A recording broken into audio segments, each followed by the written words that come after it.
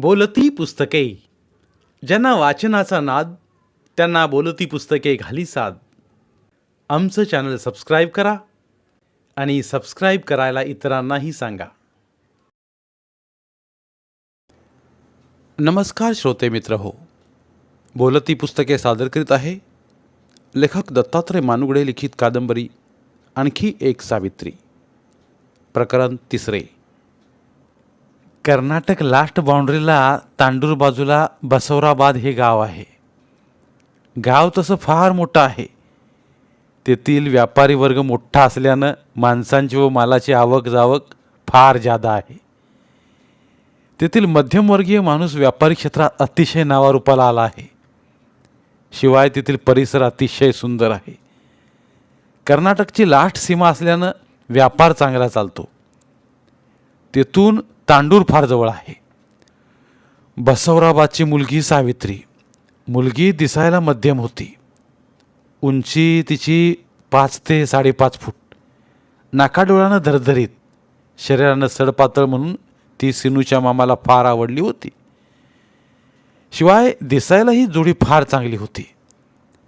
अचानक एके दिवशी सिनूचे मामा बसवराबादच्या पाहुण्यांना घेऊन मलकातगीरला आले. त्याशिवाय सिनूला आठवड्याची सुट्टी होती. मामा व पाहुणं आलेलं पाहून सिनूला व मंगम्माला फार आनंद झाला. आई दादा गेल्यापासून घराकडे कोणच पाहुणा आला नव्हता. हा आनंद त्यांना काही वेगळाच वाटत होता. मंगम्माने 2 तांबे भरून दिले व ती चहा नाश्त्याच्या तयारीला लागली. क्वाटवर बसत सिनूचे मामा म्हणाले, हा माझा भाचा गेली 3 वर्ष झालं रेल्वेत गँगमन म्हणून कामाला आहे. त्याची आई वडील तो लहान म्हणजे 12 वर्षाचा असताना देवाघरी गेले. त्याला एक लहान बहीण आहे. तिचं नाव मंगम्मा. तिचंही लग्न होऊन ती सासरी जाईल. घरात तुमची मुलगी एकटीच की? मला तुमची मुलगी सावित्री पसंत पडली आहे. गेल्या महिन्यात मी बसवराबादला कामानिमित्त आलो होतो. तिथं माझ्या मेव्हण्यानं तुमच्या मुलीच्या लग्नाविषयी माझ्यापुढं विषय मांडला होता. सिनूचा मामा म्हणाला, ठीक आहे. मला ही सावित्री ही एकच मुलगी आहे. 2 मोठी मुलं आहेत. आता तुम्ही म्हणत असाल तर मुलीचं शिक्षण जादा झालेलं नाही. ती शिकावी असं मला पुष्कळ वाटत होतं, पण नाही शिकली. शिक्षणसुद्धा नशिबी असावं लागतं नाही का? पाहुणे म्हणाले, आमच्या शिनूचं सुद्धा शिक्षण झालं नाही. अगदीच पोटापुरतं. त्याचं आईवडील गेल्यापासून घरची सारी जबाबदारी त्याच्यावरच पडली हो. एकदा का पोट मागं लागलं की कसलं शिक्षण आणि कसलं काय. पण सर्व्हिस मात्र गव्हर्नमेंट आहे. आज ना उद्या त्याला बढती मिळेल. निदान त्यांचा संसार तरी सुखाचा चालेल म्हणूनच मी त्याला सर्व्हिसला लावला. पण काय आहे एक सांगावं वाटतं मला. आईच्या मायेविना ही 2 मुलं पोरकी झाली. त्यांना तसा कुणाचाच आधार मिळाला नाही. त्यात मी फार लांब पडलो. त्यांना सरळ मला बघता आलं नाही. चालायचंच. एखाद्याचं नशीब असतं विचित्र. ज्याच्या त्याच्या नशिबात काय लिहिलं आहे आपणाला कसं समजणार. मीही गरिबीतच दिवस काढले, पण ते दिवस आता राहिले नाहीत. दिवस काय कायमचं घर करून राहत नाहीत. यात बदल हा निश्चित आहे, पण तोपर्यंत वेळ धरायला हवा. पाहुणे म्हणाले, हे जीवन जगत असताना असे काय दिवस येतात की त्याचं वर्णन करणं केवळ अवघड होऊन जातं. त्यात संसार ही तारेवरची कसरत आहे. या खेळात बरेच संसारी खेळाडू अपयशी ठरले आहेत. पण काय आहे, शेवटी माणूस म्हणून जगलंच पाहिजे. त्यातील यातना कशा त्रासदायक असतात याची कल्पना आल्याशिवाय राहत नाही. संसारात केवळ स्वप्ने रंगवून चालत नसतात. मामा म्हणाले. एवढ्यात मंगम्मा चहा घेऊन पडवीत आली. पाहुण्यांना पाहून ती लाजली. पाहुणं चहा घेत म्हणाले, वाह वाह, फार छान मुलगी आहे. बाळ, तुझं नाव काय? मंगम्मा. तू काय शिकली आहेस? 2री. मुलीच्या जातीला शिक्षण फार काय करायचं, लिहायला वाचायला आलं की बास. आमच्या बाबतीत सुद्धा असंच घडलं आहे. पण आमची सावित्री फार चांगल्या गुणांची पोर आहे. हां, स्वयंपाक तर एकदम छान करते. स्वयंपाक आला की बास. ही मुलगी सुद्धा फार गुणी आहे. हिचं लग्न सुद्धा मी लवकरच लावून देणार आहे. मग यांच्यात अडचण येतेच कुठं. संसार हा शेवटी ज्याचा त्यानंच पाहिला पाहिजे. ही मुलगी काय जन्मभर भावाजवळ राहणार आहे का? चुलीचं लाकूड चुलीलाच जाळाय हवं. बरं, पुढचं कसं? मामा म्हणाले, पुढचं आणि काय, मुलगा पसंत आहे मला. आता देना घेण्याचं बोला म्हणजे झालं. देना घेण्याचं काय नाव नाही काढायचं. हां, आम्ही तुमची मुलगी सावित्री फुकट करून घ्यायला तयार आहे. अहो, कुणाला घेऊन देऊन किती पुरणार आहे. शिवाय माझा भाचा माझ्या ऐकण्यात आहे. पण तारीख लवकर नक्की करा म्हणजे झालं. मामा म्हणाले, तारीख काय, याच महिन्यात धरू की. मुलगा मुलगी पास आहे हे तुमच्या बोलण्यावरून मला समजलं. शुभ कार्य कशाला लांबवत बसायचं, नाहीतर विषयाला आणखी फाटं फुटत जातात मग. पाहुणे म्हणाले, छे छे, तसं काय होणार नाही. माझा शब्द म्हणजे शब्द. मुलगा पसंत आहे ना तुम्हाला. हे काय बोलणं झालं. अहो, असल्या स्थळाला मी नावं ठेवलं तर वरचा देव नरकात टाकल मला. पाहुणे निरोप घेऊन निघून गेले व सिनूच्या घरात नवचैतन्य निर्माण झालं. सिनूचे मामा म्हणाले, मुलगी फार चांगली, पसंत आहे. शिवाय जोडी म्हणजे साक्षात राम सीता म्हण की. असा जागा सोडून चालणार नाही. मामा, तुम्हाला मुलगी पसंत आहे ना, मग आम्हालाही पसंत आहे. त्या दिवशी सिनू व मंगम्मा आनंदात होती. घरात वहिनी येणार हा आनंदाचा क्षण लक्षातून न जाण्यासारखा असा होता. घरात एखादी नवीन घटना घडणार असेल तर कुणाला आनंद होणार नाही.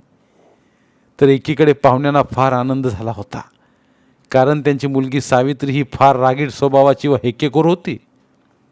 दिसायला ती एकदम मध्यम आहे.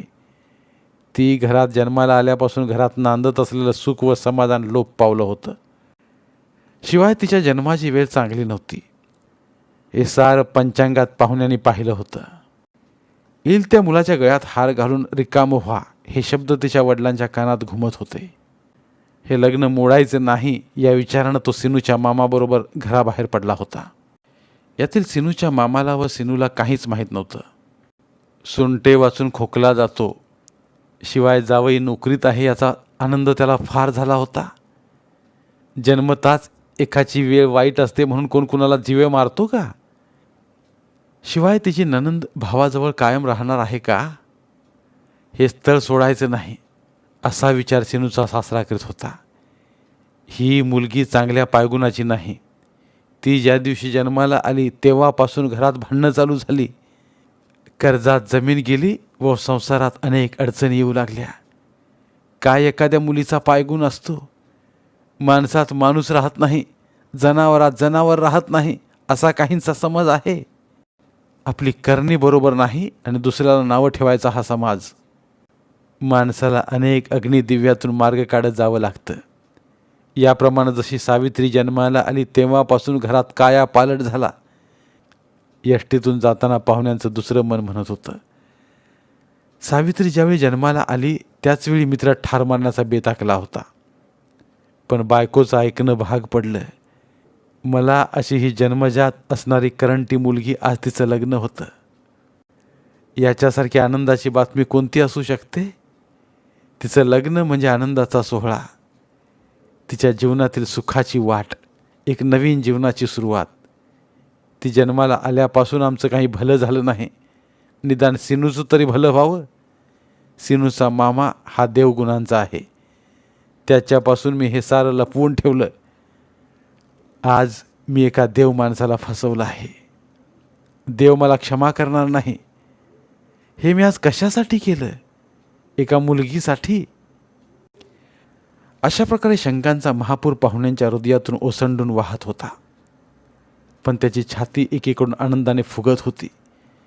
मी जीवनामध्ये मुलीचं लग्न कार्य ठरवलं म्हणजे फार मोठं कार्य केलं असं सुद्धा पाहुण्यांच्या मनाला वाटत होतं. सर्वांना नको असणारी पोर सिनूच्या गळ्यात पडत होती. लग्न जुळणं हा एक नशिबाचा खेळ आहे.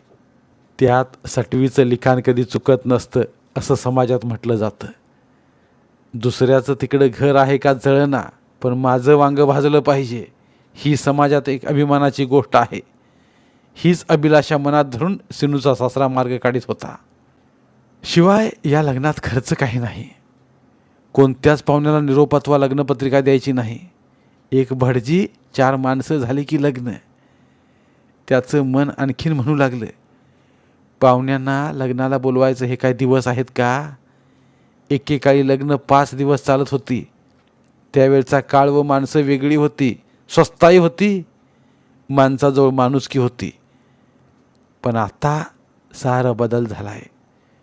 भाऊ भावाला विचारित नाही, मुलगा आईला विचारित नाही, अशी आजची अवस्था निर्माण झाली आहे. जगाच्या बाजारात गरिबाचे चटके सहन करून सिनूचे सासरे मनाने हतबल झाले होते. पूर्वीच्या श्रीमंतीचा विचार करून काय उपयोग? पहिले दिवस राहिले नाहीत आता. जग हे फार स्वार्थी आहे. त्यातच आमचा हा संसार पडत गेला. माणसांच्या नियतीत बदल झाला की असे जगत सारे बदलून जाते. तर अशी ही माणसाची तरा आहे. वाहते गंगा तोपर्यंत आपण आपले हात धुवून घ्यावं, पुढचं पुढं बघू, असं हे सिनूचे सासरे म्हणत होते. न खर्च करता एखादी चांगली गोष्ट घडत असेल तर कुणाला नको वाटणार आहे का? म्हणूनच त्या दिवशी त्यांना फार आनंद झाला होता. पण ती निद्रा तशी सुखाची नव्हती, उलट दुःखाची होती. ते एसटीतून उतरले, बसवराबादला पोचले. घरी गेल्यावर त्याने अंगावरचा कोट काढून खुंटीला टांगला. सुस्कारा सोडत बायकोला म्हणाले, अगं द्रौपदी, तू घरात काय करीत आहेस? एकदाचा सुटलो बघ मी. काय एकदाचा सुटला? मला नाही कळलं. आणि काय हो, गेली 2 दिवस कुठे गेला होता? मागं बायको मुलं आहेत ही विसरलात की काय? अहो, या फाटक्या संसाराला एक लागतंय काय? तुम्ही डोळ्यावर कातडं ओढून खुशाल गावं फिरताय. लेक आता लग्नाला आली, त्याची काळजी कुणाला? कशाला बाप झालात? द्रौपदी म्हणाली, अगं तुला काय वाटतं, मुलीची काळजी मला नाही? निरंजन महाराजांचा प्रसाद खरा ठरला. अगं देवानंच आपलं गाराणं ऐकलं. काय खरं म्हणता? खरंच निरंजन महाराज साक्षात देव अवतार आहेत. सप्त चिरंजीव हा दत्तगुरूंचा या भूमीवर अवतार प्रकटला. बसवराबादच्या निरंजन स्वामींचा साक्षात्कार झाला. पापी जनांचा संहार करूनी भक्तजनांना देत असे आधार. करूया निरंजन स्वामींचा जय जयकार, आहे हाच दत्तगुरूचा अवतार. अगं सावित्रीचं लग्न जवळजवळ 100% जमलं आहे. नवरा रेल्वेत कर्मचारी आहे. एवढा दिवस थांबल्यासारखं आपलं कीर्तन देवानं ऐकलं म्हणायचं. अहो, माझी गुणाची मुलगी आहेच गुणी. दुसऱ्याचं ऐकून तुम्ही लहानपणी तिला ठार मारायला चालला होता. पण जावई कसा आहे आमचा? द्रौपदी म्हणाली, एकदम छान. अगं रामसीताची जोडी म्हण. पण एक अडचण आहे. आणि ती कसली? लग्न ह्याच आठवड्यात व्हायला हवं, नाहीतर मुलाला गुरु आठवा लागतोय.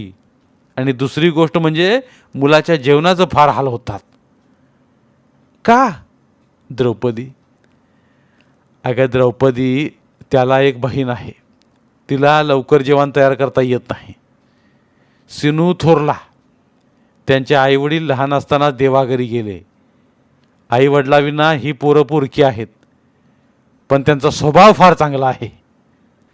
बरं, दुसरं कोण नातेवाईक आहे त्यांना? द्रौपदी म्हणाली, होय, त्याला एक मामा आहे. तोही रेल्वेत सर्व्हिसला आहे.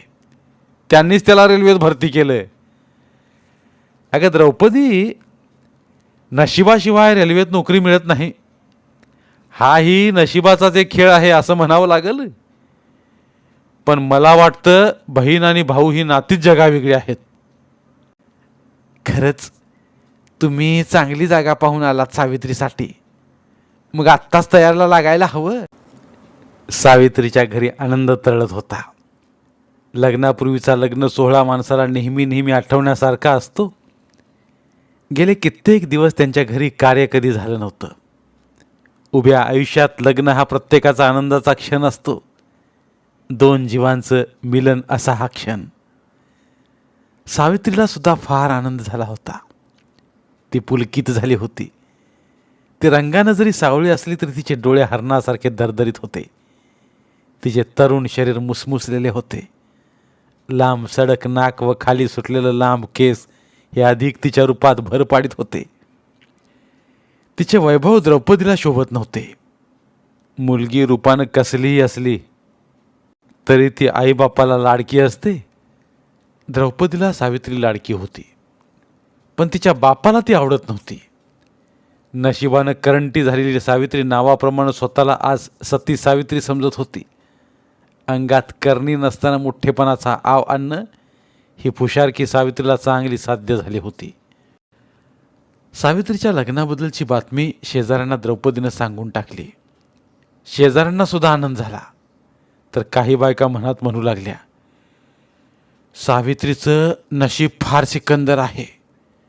गव्हर्नमेंटचं सर्वंट हिला नवरा मिळाला. काय एखाद्याचं नशीब म्हणायचं. काळं बसलं फुगून गिराईक आलं चालून, असं बायका मनात म्हणू लागल्या.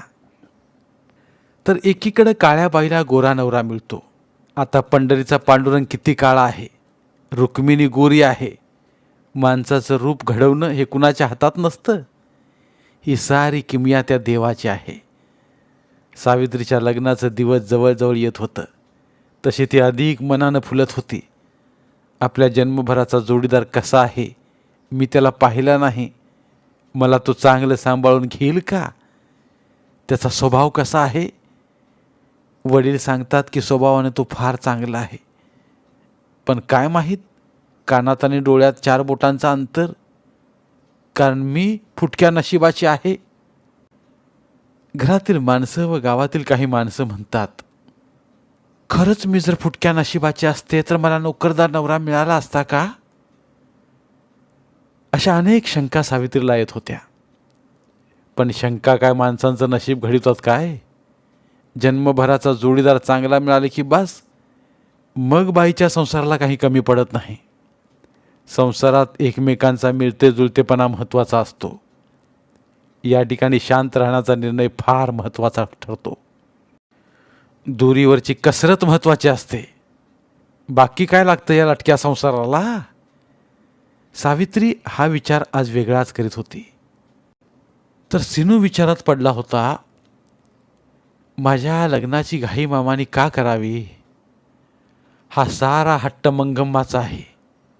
तिला या घरात वहिनी आणायची घाई झाली आहे. त्या माझ्या बदलीचा योग, हे विंचवाचं बिराड कुठं ठेवायचं, हाही विचार सिनू करीत होता. हे विंचवाचं बिराड पाठीवर घेऊन फिरणं फार अवघड आहे. त्यात हुबळी डिव्हिजनमध्ये कुठे बदली होते देव जाणे.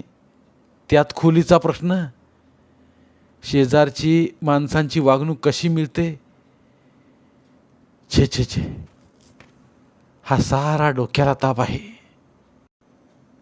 सिनूच्या व सावित्रीच्या लग्नाचा बस्ता पूर्ण झाला आणि दारात लग्न घाई सुरू झाली.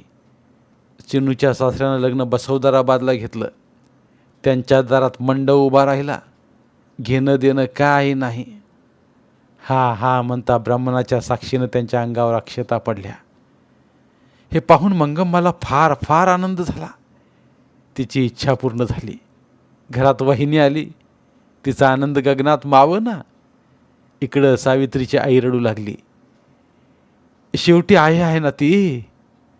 आईच्या मायेला अंत नसतो. आई ही एक माईची सावली सुद्धा असते. तर एकीकडं मंगम्माला सुद्धा वाईट वाटत होतं. आई दादाने हा सोहळा पाहायला हवा होता. त्यांना फार फार आनंद झाला असता. पण हे सारं आता अशक्य आहे. ते न येण्याच्या वाटेला गेले आहेत. त्यांनी आमच्या घरची वाट आता विसरली आहे. त्यांच्या आठवणीत मी आजपर्यंत जगले. माणसाचं हे आयुष्य असंच असतं का? ही नाती निर्माण करायची, आपलं तुपलं म्हणायचं आणि हे सारं शेवटी सोडून जायचं. बसवराबादला सिनूचं लग्न झालं.